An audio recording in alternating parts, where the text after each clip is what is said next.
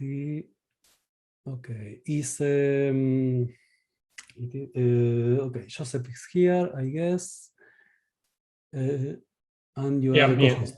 Excellent. Okay, this is another pre-recorded talk, but I will present him first. So Joseph Paulus, and probably I am mispronouncing it. Sorry about that. I will start sharing the video. Let me.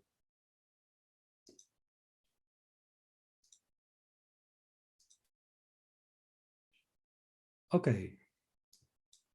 Hello, my name is Joseph Paulus. I'm a PhD student at the University of Groningen. I'm going to talk to you about non-deterministic functions as non-deterministic processes. This is work done in collaboration with Dalia Nates and Bruno from the University of Brasilia and Jorge Perez, my PhD supervisor from the University of Groningen. Relating sequential and concurrent program models has been a long-standing research question. Miller's seminal work triggered many encodings from the lambda-calculus into the pi-calculus in both an untyped and typed setting. What is surprising is most of these works consider deterministic lambda-calculi only. What if we were to consider typed lambda-calculi with non-determinism in which computation may be subject to failure? This leads us onto our contribution. We introduce a new resource lambda-calculi with non-collapsing non-determinism, in which functions act on bags of resources, and we also give an explicit failure term. Failure is denoted as fail x, in which x denotes a multiset of free variables that are consumed during failure, as well as providing a non-idempotent intersection typing system in which to control resources. Secondly, we provide a typed encoding from the resource calculus into the pi calculus. We consider a pi calculus obtained from propositions of sessions that carry out correspondence between linear logic and session types. But the resource calculus and the pi calculus have similarities, these being non-collapsing non-determinism, confluent reductions, and the ability for reduction to fail. Finally, our encoding extends Miller's insights to an unexplored setting. Our encoding both preserves types as well as being operationally correct. There are two main challenges we have faced. This is due to encoding the resource lambda calculus into the pi calculus isn't immediately obvious. First is bridging the different mechanisms for resource awareness involved, this being intersection types in the resource lambda calculus and session types in the pi calculus. Multiple occurrences of a variable in the resource lambda calculus must be accommodated into a linear setting in the pi calculus. Second challenge is framing failures, these being undesired computations in the resource lambda calculus as well-typed pi calculus processes. The way we overcome the first challenge is to encode into an intermediate language first. This is an intermediate language with sharing. In doing this, we atomize occurrences of free variables, hence simplifying our encoding from the resource lambda calculus into the pi calculus. To overcome the second challenge, we consider a sub-language of the resource lambda calculus, this being a calculus without failure. We show that the pi calculus can correctly encode the fail-free resource lambda calculus. And more interestingly, the pi calculus can also encode well-formed resource lambda calculus terms, which are prone to failure. We now give an overview of the results. We have a source language, which is a resource lambda calculus with an intersection typing system. It's a lambda calculus with resources, non-collapsing non-determinism, and failures. Functions are applied to bags of resources that contain terms for abstractions. Second, we have our target language, this being a typed pi calculus derived from the carry-out correspondence for concurrency. We wish to encode from this source language to the target language. We do this by introducing an intermediate resource lambda calculus with sharing, by first encoding in from the resource lambda calculus into our resource lambda calculus with sharing, and secondly, encoding from this intermediate calculus into the pi calculus, we obtain our result. We have three syntactic categories: terms in the functional position, bags in the argument position, which denote a multi-set of resources, and finally expressions, which are a finite formal sum that represents possible results of the computation. Terms are denoted by either a variable, an abstraction, an application of a term in a bag, an explicit substitution of a bag within a term, and finally, the failure term. Bags are represented by either the empty bag, a bag that contains a term, or the concatenation of bags. We now describe the reduction semantics for this resource lambda calculus. Firstly, we have a beta reduction. This is when the application of a bag of resources into an abstraction reduces to the explicit substitution of that bag of resources into the term. In the fetch rule, we introduce linear head substitution, which is a substitution of a term for the head variable. The fetch rule opens up explicit substitution by selecting each term in the bag and non-deterministically substituting them into the head variable, whilst removing the term substituted. Failure arises when there is a mismatch between the number of terms in a bag.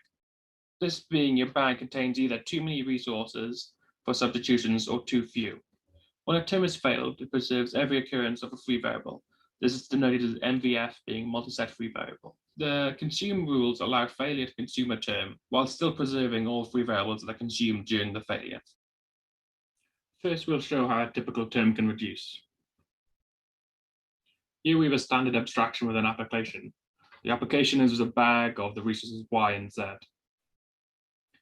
This beta reduces to an explicit substitution of the bag Y and Z for the variable X. This can reduce further. As the head variable of X applied to the bag X is X, we can substitute either the resource Z or Y into the bag. This is done non-deterministically, expanding the sum. The second example shows how we remove explicit weakening. This is done via a precongruence rule. Lambda x with the bag Y applied to it reduces via the beta rule to X with the explicit substitution of the bag Y for X. We can then perform the fetch rule on this, taking the resource Y from the bag and substituting it for the head variable X. This leaves us with an empty bag to be substituted for X. Since there are no occurrences of X, we use the precongruence rule to remove the explicit substitution. Finally, this example illustrates how failure arises during reductions. The failure term fail X is an explicit failure, in which X here denotes free variables that are consumed during failure. Consider the following. We've got an application of an abstraction with a bag Z1, Z2, Z1, followed by the explicit substitution of Z3 for Y. The first reduction we make is the beta reduction, making the substitution of the bag Z1, Z2, Z1 for X explicit. Secondly, the reduction we perform is the fail reduction. This is due to us having three resources in the bag, Z1, Z2, and Z1 again, whereas X only occurs twice within the term. This reduces to a sum as we consider all possible reductions that lead to failure. The free variables in this term, these being Y, Z1, Z2, and Z1 again, are preserved within the failure term. In this reduction, the explicit substitution is not yet consumed. Finally, in the consume two, we consume the explicit substitution of the bag Z3 for Y. We remove all occurrences of Y from the failure term, as well as adding all free variables in the explicit substitution, in this case, this being only Z3. Intersection types not only allow us to reason about the resources in a bag, but also about every occurrence of a variable. Intersection types are defined in two parts: strict types, which are either the unit type or functional type from a multiset type to a strict type, or a multiset type, which is a non-idempotent intersection of strict types, or the empty multiset type. As stated before, we define well-formed resource lambda-calculus expressions in two stages. Firstly, a type system for our sublanguage, which is not prone to failures.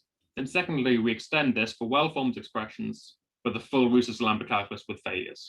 Here we show an example of this difference. This term would not be well-typed, as the abstraction has two occurrences of X, whereas the bag that it's being provided has one resource, and hence the reduction leads to failure. However, we still consider this term to be well-formed. This is due to our well-formed application rule. Here we have the typing rule for the resource lambda-calculus without failure. The empty bag is typed as the empty multiset type. In applications, the term M goes from a multiset type to a strict type, and the bag B is composed of multiset types. In the explicit substitution rule, the term M is well-typed if each X occurrence is of type sigma. In this case, X appears inside M k times. The bag B being substituted must also be a multiset type, matching that of X. We now show a selection of well-formed rules. The first well-formed rule denotes that any well-typed term is a well-formed term. These next two rules relax the well-typed application and explicit substitution rules. In these rules, we no longer need to match the multiset type sizes. In the application rule, we only need that the bag is made of the same types as the function that consumes those types, not that there are sufficient elements in the bag of that type. Similarly, for the explicit substitution rule, we require that the variable X is typed with the same type as the components of the bag. However, we don't require that these match in size. Finally, the failure rule requires that our context is comprised of all the free variables that the failure consumes. Next, we denote the syntax of the pi calculus with non-determinism and failure. This is our target language. We have the standard empty process, sending, receiving, parallel composition, name restriction, closing of channels, and port forwarding. What is less standard is we also have the ability for a channel to possibly provide a behavior along a channel. The first produces the behavior on X. In the second case, the channel X is dependent on some behavior that may or may not be produced. In the third case, X fails to provide this behavior. And then finally, we have explicit non-collapsing non-determinism. In this example, we show how non-collapsing non-determinism behaves during reductions. We have a process sending Y along X and then behaving as Q in parallel with a choice of X either receiving Y then behaving as P, or X receiving Y and behaving as R. Firstly, we expand the non-deterministic sum. We then have a choice between which reduction we perform first. However, notice this reduction is confluent. In this example, we show how X none behaves, where the channel X fails to provide the correct behavior. Firstly, X none requires to synchronize with X sum. Since the channel Y is dependent on X providing the correct behavior, this is attached to the X sum process. As X fails to provide the behavior, it collapses all of the X sum process and then fails all behaviors on the dependent channels, in this case it being Y. Y then fails its behavior and it reduces to the empty process. Our goal was to encode well-formed Rhesus lambda-calculus terms into well-typed pi-calculus processes. It is convenient to exploit an intermediate lambda-calculus, which atomizes occurrences of variables, which we call the Rhesus lambda-calculus with sharing. So instead of going from our source calculus to our target calculus, we go from a source calculus to an intermediate calculus, and then from an intermediate calculus to our target calculus. The encoding from the intermediate calculus to the pi calculus is given along a channel. This is typical in encodings from the lambda calculus to the pi calculus. Our end result is the composition of these two encodings. Firstly, we illustrate how our first encoding works by means of example. We first look at all free variables within the term. We give each free variable a unique name and then use a sharing construct to attach that name to its original variable name. Secondly, we do the same for bound variables. In abstraction, X occurs here twice, so we rename both occurrences to x1 and x2, and x1 and x2 are then shared with X. In this example, all the variables now have a unique name and only occur once within the term. Secondly, we describe the encoding from the intermediate calculus to the pi calculus along a channel U. The encoding of a variable X first confirms its behavior, then port forwards to channel U. In the encoding of applications, we give the case for when a bag is of size 2. The encoding expands into a non-deterministic sum with the encoding of M in parallel with the encoding of a bag, in which we consider the permutations in which the bag can be placed. The encoding of the bag is guarded by a shared channel V, confirming its behavior, and then sending a channel X in which to perform the communication. The encoding of each bag is performed across the channel X. The encoding of explicit substitution is a non-deterministic sum of all possible permutations of the bag B, the encoding of the term M with its sharing in parallel with the encoding of each permutated bag. The encoding of sharing is as follows. Firstly, synchronizations are performed for each shared variable. When a shared variable synchronizes, it first confirms its behavior, then sends a dummy channel YI. This Y channel is used for collapsing into failure if there's a mismatch between resources. X then confirms the behavior, waits for a behavior to be confirmed before receiving some XI channel. After this, it continues for the next shared variable. Finally, once all shared variables have performed the synchronization, X confirms its behavior once again, sends a fresh Y channel. The Y channel waits for a behavior to be confirmed, closes, and guards the encoding of M. Finally, the X channel has no more shared variables to synchronize, so the channel X fails its behavior. Notice how the encoding of non-deterministic sum is homomorphic. The encoding of failure is all channels failing to provide their behavior, as well as the channel U, which the encoding is provided on. The encoding of bags can be seen as the dual of the encoding of sharing, as this is what synchronizes with it. We give the following example to try and give intuition of the correctness of the encoding. Consider the term lambda a.a with the bag M applied to it. We first encode into the intermediate calculus. Here we assume that the encoding of M is unchanged, where we now share the variable A, and we assume that M is unchanged via this encoding. The first step of our encoding provides the following result. By performing synchronizations along the channel V, along with the port forwarding of V and U, we obtain the next encoding of the explicit substitution. By performing further pi calculus reductions, we are not able to reduce to a process that is equivalent to the M term with its weakening. However, we do reduce to a term that is congruent to it. Similarly, we show an example with failure. In this case, we have the same example, except we apply it to an empty vat. Once again, we apply the additional encoding to obtain the equivalent term in the sharing calculus. We once again encode our term and then perform synchronizations along the channel V along with port forwarding. This once again gives us the equivalent of the explicit substitution applied with our second encoding. Finally, further reductions lead to the process U-none, which is equivalent to failure with no free variables attached to it. We provide several results for both encodings, these being type preservation, meaning that if a term is well formed, then its encoded term is well typed. Operational completeness, meaning that any behavior in the Wiesel's lambda calculus can be matched by the pi calculus.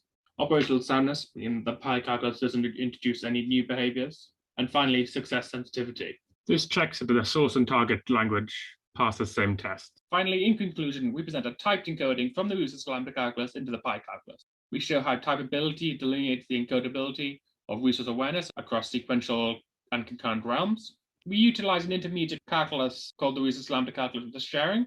This language simplifies the treatment of variables in expressions for us. Our encoding preserves typability, and well-formed terms can be encoded into well-typed expressions. Our encoding respects linearity, homomorphically translated onto sums. We've given a well-formed type system in which expressions which make fail-prone evaluations in the Wiesel's lambda calculus are made more explicit. Our current ongoing work extends the Wiesel's lambda calculus with unrestricted resources as well as with collapsing non-determinism. Thank you for listening. Any questions? Thank you. We thank the author. Jacob, you should be able to unmute yourself. So is there any question in the audience? I loved your enumeration of slides. It seems that there were like 40 more slides. Oh yeah, I've got extra slides. Yeah. So is there any question in the audience? Okay, there is one. I will give you the, okay, you should be able to unmute yourself. Okay, hi. I wanted to ask if the encoding had some logical background. I mean, is it like derived from like by investigating the encodings into maybe something like differential linear logic? So the target calculus is classical. It's the pi calculus is typed in, derived from classical linear logic. So we based our encoding trying to preserve the Curry-Howard correspondence between the pi calculus, so that when we gave well-formed Wiesel's lambda terms, they basically preserve the Curry-Howard correspondence into well-typed pi calculus processes in classical linear logic.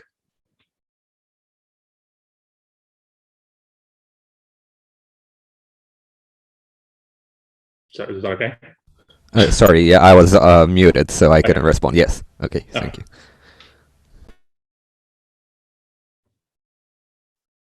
I'll probably add that's given us like that that causes like some restrictions in what we do as well, that we've in later work as well that we've done, that we restrict ourselves in what is typed to preserve the Curry-Howard correspondence. Okay, thank you.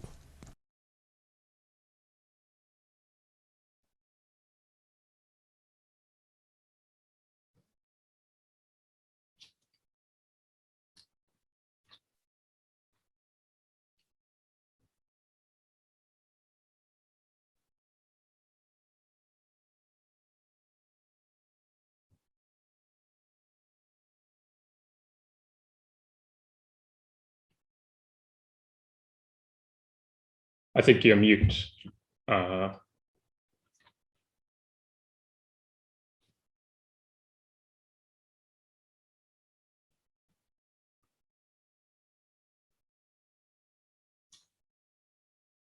Alejandro, I think you're on mute. Sorry, I was mute and I said a lot of things. Thank you, Daniele. So what I say is, if somebody has any question, you can either raise your hand or post it in the chat, I will either read it or allow you to open the mic. Otherwise, during the coffee break, there is one room for each presentation, and the links are in the chat here, and you will find it in Clouder also. Or you can join any coffee break at Clouder. So, is there any other question? Now I am not mute. So, excellent. So, let's continue on Clouder, and we will meet in half an hour. Thank you, Joseph, again. Thank you. Bye. This concludes this session.